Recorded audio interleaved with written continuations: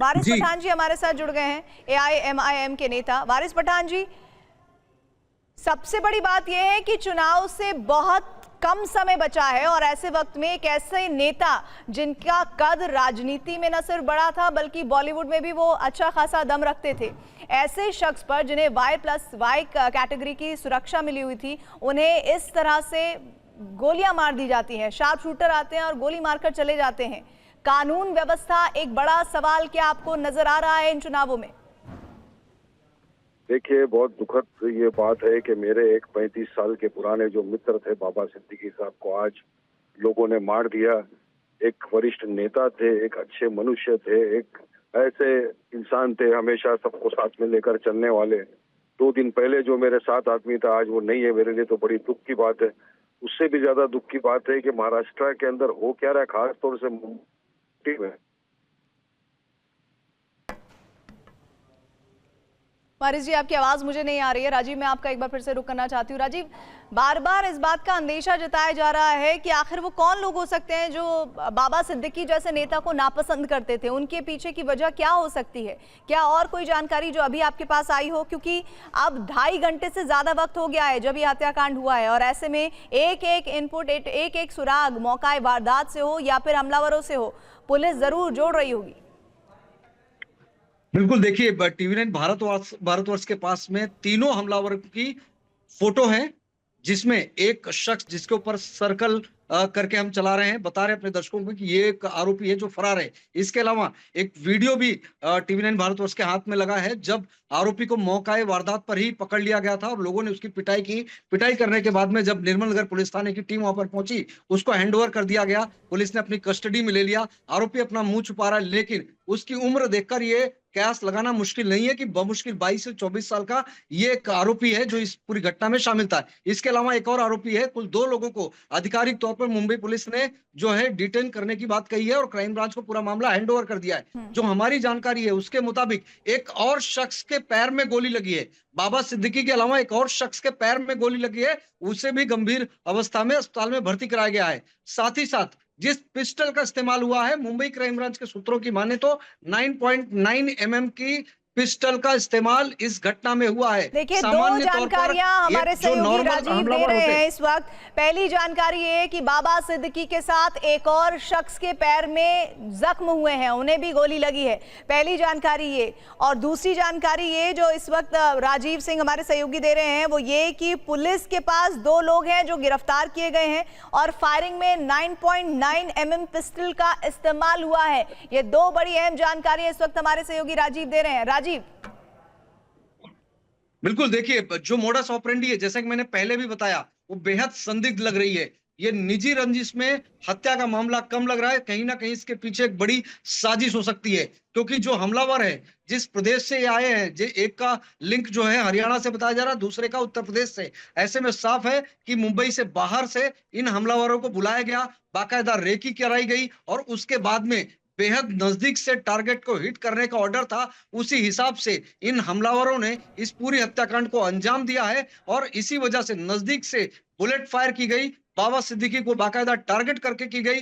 Bullet उनके सीने में लगी, जिसके बाद वो गंभीर रूप से जख्मी होकर जमीन पर गिर पड़े। उन्हें अस्पताल लेकर जाया गया, डॉक्टरों ने ट्रीटमेंट देने की कोशिश की, उनकी मौत हो गई। और उसके बाद में अगर इन हमलावरों की अब तस्वीर भी सामने आ गई, वो कहीं ना कहीं ये दिखाती है कि मोडस ऑपरेंडी हालिया दिनों में जिस तरह से लॉरेंस बिश्नोई गैंग इस्तेमाल करती रही है कि कम उम्र के शूटर इस्तेमाल करना, 9 mm की पिस्टल भी कई बार हमने देखा। एक लॉरेंस बिश्नोई गैंग जो है इस तरह की पिस्टल खासतौर पर इस्तेमाल करता है।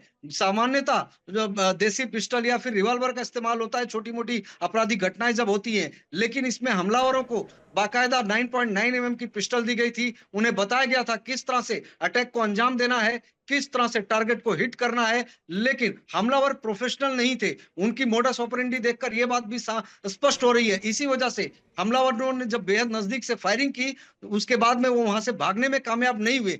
2 हमलावर को जगह से ही पकड़ लिया गया। जो शख्स मोटरसाइकिल चला रहा था वही शख्स वहां से भागने में कामयाब हुआ। हमारे पास उन तीनों हमलावरों की फोटो भी है, जिसे हम अपने दर्शकों को पहले भी हमने दिखाया। और इस हमलावर का वीडियो भी सामने आया है जिसे मुंबई पुलिस ने अपनी कस्टडी में लिया है। जाहिर बात है कि इस पूरी घटना के पीछे एक बड़ी साजिश हो सकती है। अब वो साजिश प्रॉपर्टी विवाद यानी कि सारे की जो बात हम कर रहे थे, या फिर सलमान खान के बेहद करीबी कहे जाते हैं बाबा सिद्दीकी, और हालिया दिनों में जिस तरह से सलमान खान को टारगेट करने की कोशिश की गई थी बिश्नोई गैंग के द्वारा, उनके घर पर फायरिंग तक कराई गई, उनके फार्म हाउस की रेकी कराई गई। नई मुंबई पुलिस ने भी कई लोगों को गिरफ्तार किया था। बीजेपी नेता शाहना एनसी जी हमारे साथ जुड़ गई हैं। शाहना एनसी जी, इस तरह की घटनाक्रम हुई है कि बाबा सिद्दीकी को आते हैं हमलावर, गोलियां मारते हैं और फिर उनकी मौत हो जाती है। इस खबर पर यकीन पहली नजर में करना बहुत मुश्किल था, लेकिन जब लीलावती हॉस्पिटल की तरफ से डॉक्टर्स ने कहा कि अब वो हमारे बीच नहीं रहे, लेकिन सबसे बड़ी बात यह है कि दिन दहाड़े किस तरह से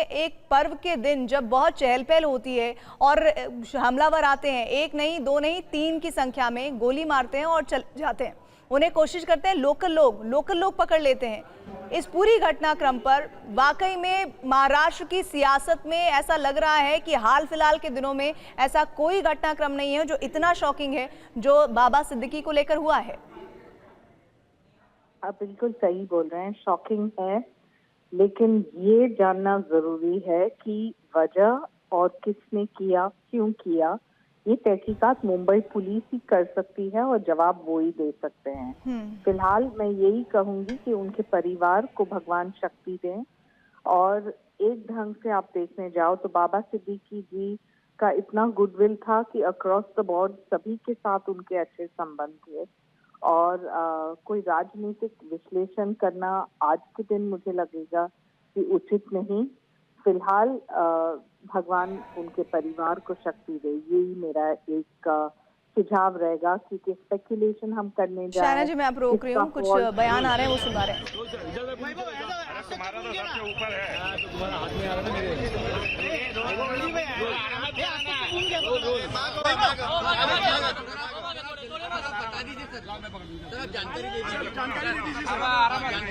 एकदा यांचे स्टेबलाइज होऊ दे ना, मी मराठीमध्ये बोलतोय। 9:30 वाजता निर्मल नगर परिसरात ही घटना घडलेली आहे। श्री बाबा सिद्दीकी यांना लीलावती हॉस्पिटलमध्ये ऍडमिट करण्यात आलेलं आहे। 2 संदिग्ध स्पॉटवरून पोलिसांनी ताब्यात घेतलेले आहे आणि या गुन्ह्याची पुढची तपास क्राइम ब्रांच मुंबई तो करत आहे। हिंदी 9:30 बजे निर्मल नगर परिसर में ये घटना हुई है।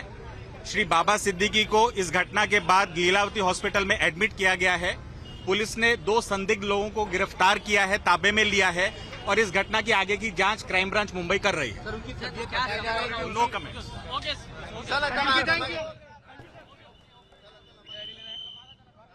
20 सेकंड के इस प्रेस ब्रीफिंग में मुंबई पुलिस ने इस बात की जानकारी दी कि 9:30 बजे के आसपास बाबा सिद्दीकी को गोली मारी गई।